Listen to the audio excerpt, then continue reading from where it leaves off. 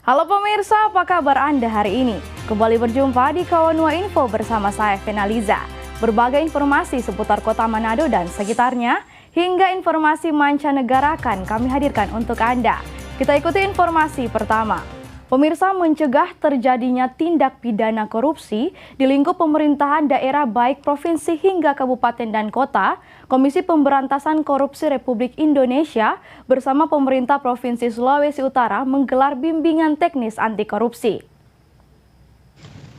Untuk mencegah terjadinya tindak pidana korupsi di wilayah pemerintahan provinsi hingga kabupaten kota, Komisi Pemberantasan Korupsi Republik Indonesia bersama pemerintahan Provinsi Sulawesi Utara menggelar bimbingan teknis pemberdayaan peran serta masyarakat untuk mewujudkan keluarga berintegritas melalui penanaman nilai-nilai anti korupsi. Wakil Ketua KPK Republik Indonesia Johanis Tanak mengatakan, ujung dari kegiatan tersebut agar anggaran yang ada di pemerintahan baik provinsi hingga kabupaten kota dapat terpakai sebagaimana mestinya, yaitu untuk pembangunan. Dan anggaran yang dituangkan dalam APBD dan anggaran dari pemerintah pusat yang digunakan untuk dimanfaatkan di sini melalui APBN itu dapat dimanfaatkan dengan baik.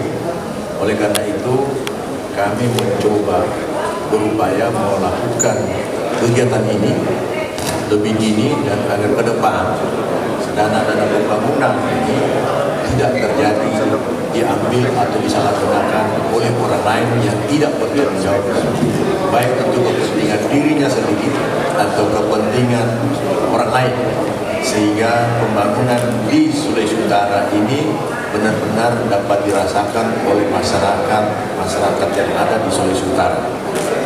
Sementara itu, Gubernur Sulawesi Utara Oli Dondo Kambe mengatakan, untuk mencegah adanya tindak pidana korupsi, pihaknya juga telah melakukan banyak pengawasan.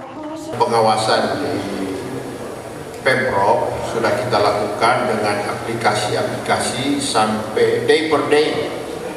Inspektorat bisa memonitor kegiatan proyek yang ada di pemerintah provinsi.